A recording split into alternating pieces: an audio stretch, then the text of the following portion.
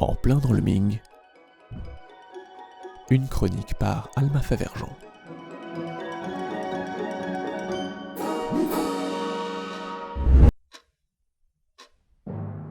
« 5 heures. L'heure du thé pour certains. Sainte heure marquant la fin d'une journée de labeur pour d'autres. Sainte heure, pas tout à fait. Momentanément soustrait aux différentes tâches qui lui pèsent, la joie du vaillant travailleur n'est que de courte durée. Une fois sorti de son bureau, une nouvelle épreuve l'attend. Le voilà, hagard, planté devant les rangées de voitures garées au bas de l'immeuble, incapable de distinguer son auto dans le lot. Ne vous méprenez pas, notre ami ne souffre d'aucun mal. S'il est victime, c'est moins d'un trouble mnésique que de cet engouement frénétique, cette mode visible partout et partagée par tous, cet amour immodéré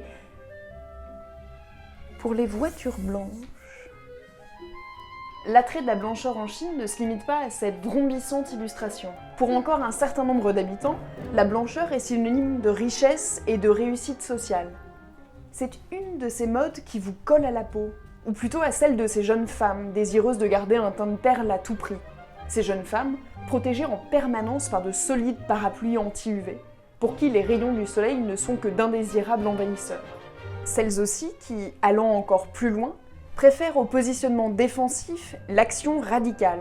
Ces dernières peuvent, dans leur quête d'une blancheur parfaite, compter sur une industrie cosmétique pleine de ressources et d'imagination. Crèmes, gommages, capsules, lasers, injections et autres traitements dermabrasifs censés procurer un teint ivoire connaissent en Chine un succès formidable. Les amatrices de ce type de traitement ont intériorisé les dictons populaires louant les mérites du blanc. L'un d'eux reste particulièrement fameux, chacun l'a entendu au moins une fois. Ipai Cho Pai Cho, qu'on peut traduire littéralement par « un blanc cache sans laideur ». Elles ne savent pas ce qu'elles ratent. Ce type de discours encourage l'ingestion de produits aux composants méconnus. C'est à celui ou celle qui trouvera la pilule miracle et s'assurera une beauté parfaite. Et s'il faut pour cela ingérer du collagène ou se tartiner des crèmes au mercure, ce n'est qu'un moindre mal. Après tout, nous, on se fait bien griller dans les cabines. Et pourtant, des deux côtés, les mises en garde sont nombreuses. Les articles dénonçant la toxicité des produits utilisés pour se bronzer ou se blanchir sont légion. Rien n'y fait. Aussi, peut-être serait-il bon de se remémorer l'exemple d'un autre célèbre amateur de mercure, le premier empereur des Qin, le dénommé Qin Shi Huangdi.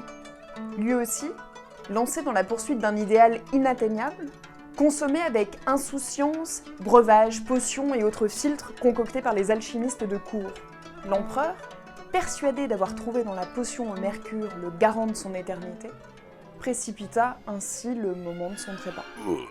Aujourd'hui encore, l'illustre amateur de mercure semble promener son ombre, rappelant aux jeunes femmes qu'elles pourront, elles aussi, connaître dans la blancheur leurs heures les plus sombres.